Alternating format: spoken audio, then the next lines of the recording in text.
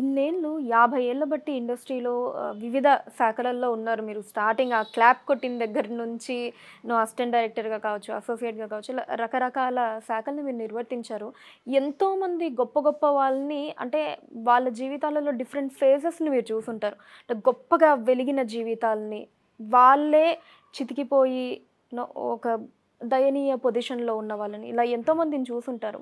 కానీ మీ హృదయానికి బాగా దగ్గరగా ఉన్నవి లేదా మీ హృదయాన్ని బాగా కదిలించిన వ్యక్తులెవరండి? ఇలాంటి ఫేజెస్‌లో మీరు చూసిన వాళ్ళల్లో?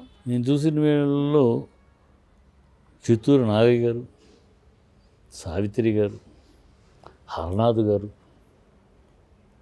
గారు, ఇలా వీళ్ళందరినీ అంటే చిత్తూరు నాగయ్య గారు నేను పీయూసీ అయినాక డిగ్రీ బీకామ్ చేరాలని.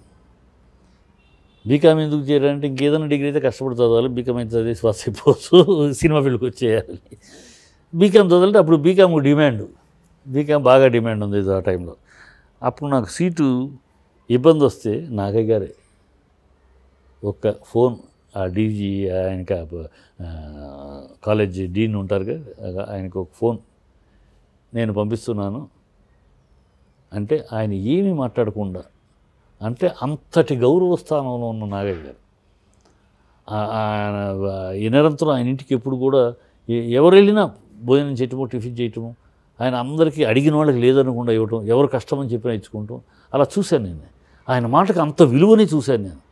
ఆయన ఒక్క మాట ఆ ఫోన్ కూడా లేవు కదా ఆ రోజు జస్ట్ ఒక లెటర్ అంతే. ఆ లెటర్ ఇచ్చారు. లెటర్ తీసుకుని ట్రస్టుపురంలో ఆయన డీన్ గారి ఇల్లు వెళ్ళి అలా ఇవ్వగానే, ఆ లెటర్ ఇవ్వగానే వెయిటింగ్ కూడా చేయకుండా లోపలికి పిలిచాడు.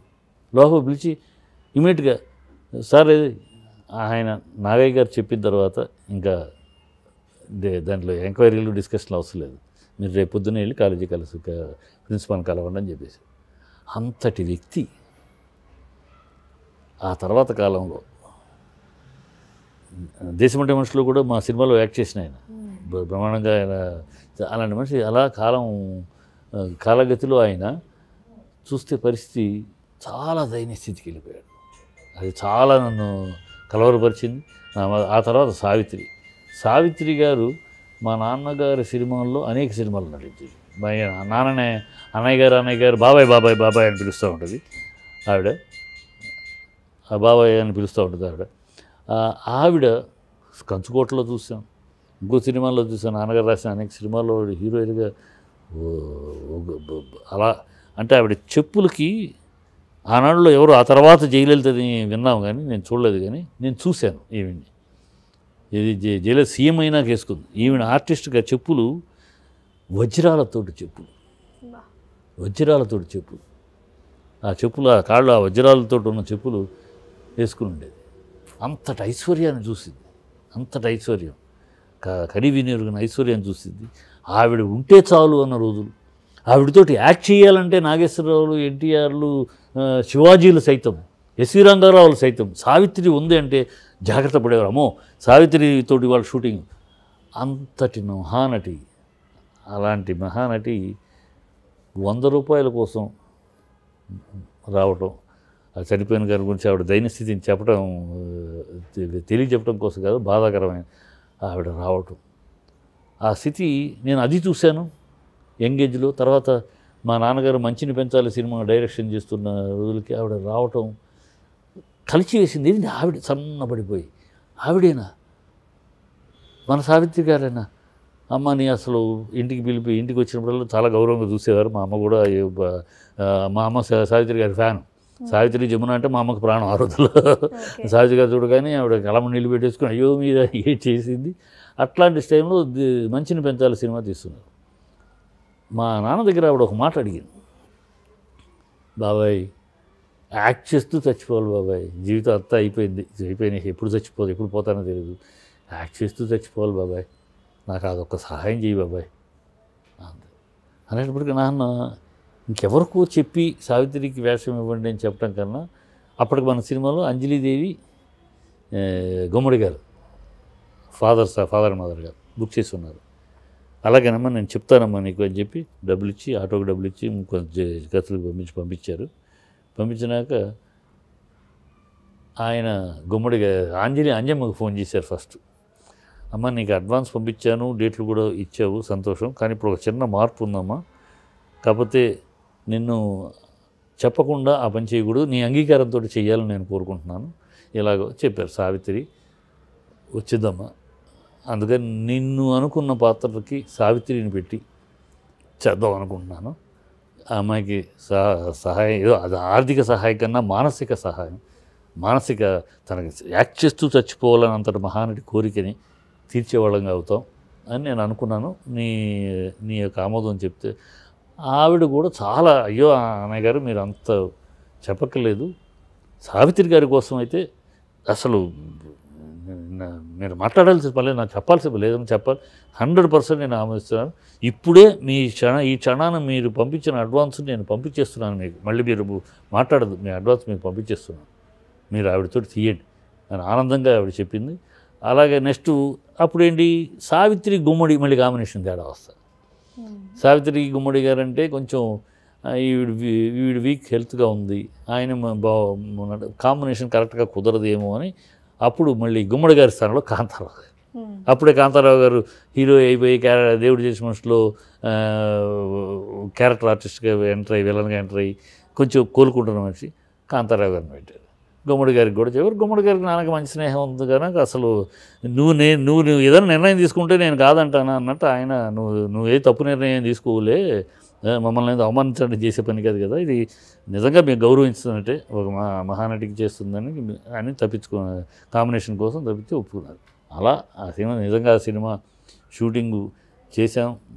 మేదరమెట్ల ఒంగోలు పక్కన మేదరమెట్లు క్లైమాక్స్ తీస్తుంటే నమ్మరమ్మా, ఏదో పొగడతకోతామో దీనికోసం చేయట, ఆ క్లైమాక్స్లో ఆవిడ ఇద్దరు బిడ్డల్ని ఒళ్ళో పెట్టుకుని ఆ చాకరి సన్నివేశం, ఈ బిడ్డలో ఎవరిని చంపాలి, ఎవరిని బతికించుకోవాలి, అలాంటి సందిగ్ధ పరిస్థితిలో ఉండదు. ఒకడు దుష్టుడు, ఒకడు మంచోడు. కానీ దుష్టుడైనా బిడ్డను చంపుకుంటుందా తల్లి? చంపకపోతే మంచి బిడ్డడు ఏమైపోతాడు, ఇంతటి పోరాటం ఏమైపోద్ది? ఇట్లాంటి ఒక సందిగ్ధ పరిస్థితిలో అది చెయ్యాలా, ఇది చేయాలా, ఏం చెయ్యాలి, ఏం చేయకుండా ఉంటే నేను ధర్మమా, ఏది చేయకుండా ఉంటే నేను ఈ గడ్డ మీద పుట్టిన మంచి తల్లినేనా, అట్లాంటి సందిగ్ధంలో పడాల్సిన పర్ఫార్మెన్స్ చేసి ఆఖరికి ఒక బిడ్డను చంపేస్తుంది. ఆ చంపే ముందు ఆవిడ చేసిన పర్ఫార్మెన్సు, ఆ షాట్ అవగానే అక్కడ షూటింగ్ గుమికూడిన ప్రజలందరం, మేము కొట్టలా, ప్రజలందరూ ఆ షాట్ పర్ఫార్మెన్స్ అవగానే క్లాప్స్ నాన్ స్టాప్ క్లాప్స్ కొట్టారు. నాన్ స్టాప్ ఆ షూటింగ్కి, సినిమాలో కన్నా షూటింగ్ జరిగినప్పుడు ఆవిడ కళ్ళమ్మ నీళ్ళు జలజలా కారిపోయింది.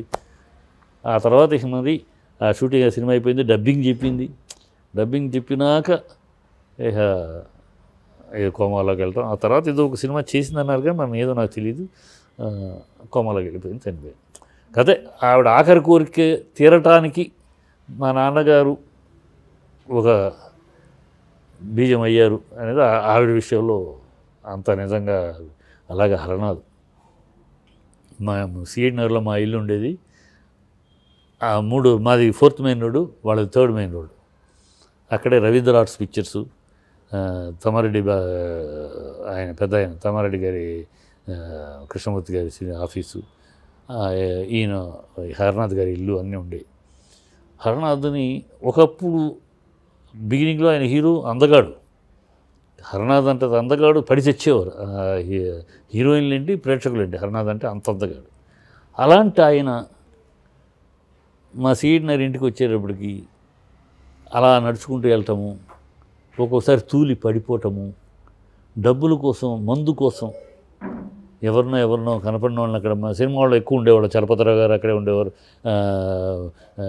మన ఆర్ట్ డైరెక్టరు చలం గారు అక్కడే ఉండేవారు. మా ఏరియాలో ఆ 3 రోడ్లలో చాలామంది సినిమా వాళ్ళు ఉండేవాళ్ళం. సినిమా వాళ్ళు ఉండడం గిడుతూ సూర్యం గారు ఉండేవారు. ఇట్లా ఉండటం వల్ల ఆయన ఎవరైనా కనపడినా మా కోసం వచ్చిన వాళ్ళు, మేము కనపడితేనో లేదా మా కోసం వచ్చిన వాళ్ళు ఉంటారు కదా ఆ సినిమా వాళ్ళు కనపడి, ఎవరు కనపడితే వాళ్ళు డబ్బులు అడగడం, ఆ సన్నివేశాలు చూసినాక ఏమీ దుర్గతి ఇది, ఇంతటి మహా అందగాడు, ఇంతటి మహా పర్సనాలిటీ, ఇలాంటి వాడికి ఈ పరిస్థితి ఏంటి అని కళ్ళు చెమ్మగలిగిన రోజులు ఉన్నాయి. ఇది స్వయం కృతాపరాధమే కదా అని అనుకోవచ్చు మీరు. స్వయం కృతాపరాధమే అయినా రాజుబాబు స్వయం కృతాపరాధం, రాజుబాబు చేయని ధర్మాలు లేవు. కాలేజ్లో కూడా కాలేజ్ ఏంటి ప్రతి సంవత్సరం తన తోటి కామెడీ ఆర్టిస్టులని ఆదుకుంటారు చేసేవాడు. కానీ ఎంత చేసినా ఎంత మంచి కార్యక్రమాలు చేసినా ఆ మందు అనేది ఎంత నాశనం చేస్తుంది. నా కళ్ళారా చూశాను. మందు అనేది ఒక సావిత్రి గారిని చూశాను, ఒక హరనాథుని చూశాను, ఒక ఆదుర్తి హరనాథు, ఆదు సుబ్బారావు గారి తమ్ముడు, మంచి ఎడిటర్, ఆయన పతనం చూశాను. తమ్మారెడ్డి కృష్ణమూర్తి గారి కొడుకు లెనిన్ గొప్ప దర్శకుడు. లెనిన్ చచ్చిపోయాడు పాపం, కానీ ఈ తాగుడు వల్ల చచ్చిపోయాడు. దత్తపుత్రుడిలో అసలు ఈ గ్యాలక్సీ ఆఫ్ సాంగ్స్ ఉన్నాయి. గ్యాలక్సీ సాంగ్ ఎక్స్ట్రావగెంట్గా తీయటము, హై ఫీస్ట్గా సాంగ్స్ తీయటం అనేది ఈ ఇండస్ట్రీలో తొలుత ఆద్యుడు లెనిన్. దత్తపుత్రుడు సినిమా చూస్తే మీకు ఆ దత్తపుత్రులో ఉంటుంది. అప్పటికి రాఘవేంద్రరావు గారి జమానా రాలా ఇంకా. అప్పటికి మామూలుగా అలా దూరంగా చేస్తుండే పాత సినిమాల్లో ఉండే గ్రూపు సాంగ్స్ తప్పితే డ్యూయట్లలోనే హంగామా అనేది హై ఫీస్ట్గా అలా చేయటం అనేది ఫస్ట్ దత్తపుత్రుడిలో లెనిన్ బాబు తీశాడు. కళ్ళు చెదిరిపోయేలా తీశాడు. ఇదేమి మేకింగ్ ఆఫ్ సాంగ్ అని అనుకున్నాం. అతను అంతటి గొప్ప మేధావి అయినవాడు, టెక్నికల్ ఉన్నవాడు, తాగుడుకు బానిసై పతనం అవడం. ఈ తాగుడు ఎంతమందిని, ఎంత గొప్ప గొప్ప శక్తుల్ని, గొప్ప గొప్ప వ్యక్తుల్ని, గొప్ప గొప్ప వ్యక్తిత్వాలని, గొప్ప గొప్ప టాలెంట్ని భూస్థాపితం చేసి చూసాం. అందుకని నేను ఎప్పుడైనా ఆర్టిస్టులకు కానీ ఎవరికైనా తాగుడుకు బానిస కావద్దు, తాగుడుకు బానిస కాకండి. మీకు భగవంతుడు ఇచ్చింది తాగుడు, ఓకే, తాగుతూ హ్యాపీగా 2 పెగులు వేసుకుని తాగి తిని పడుకో. తాగుడుకు బానిసయ్యి వృత్తికి ద్రోహం చేసే స్థాయికి, వృత్తిని మించిపోయి, వృత్తే దైవం, ఆ దైవాన్ని కూడా మర్చిపోయే స్థాయికి ఆ అలవాటు కానివ్వకండి. తాగుడు వద్దనే చెప్తా ఉంటాను. ఎందుకంటే నేను కళాలు చూశాను ఈ 40-50 సంవత్సరాల్లో. ఈ తాగుడుకు బానిసైన అనేక మందిని చూశాను. తాగుడు బానిసయ్యి వాళ్ళ ఎక్కడికో హైట్స్కి వెళ్ళాల్సిన ఎక్కడ పతనం అయిపోయారు. వాళ్ళ వ్యక్తిత్వాలు గారు సారు అని పిలిపించుకోవాల్సిన వాళ్ళు వాడు వీడు అని పిలిపించుకున్నారు. ఇవన్నీ చూసాం. అందుకని తాగుడు అనేది చాలా దారుణమైన విషయం సినిమా ఫీల్డ్కి సంబంధించి. ఇలాంటి ఇంట్రెస్టింగ్ వీడియోస్ కోసం తప్పకుండా మా ఛానల్ని సబ్స్క్రైబ్ చేయండి.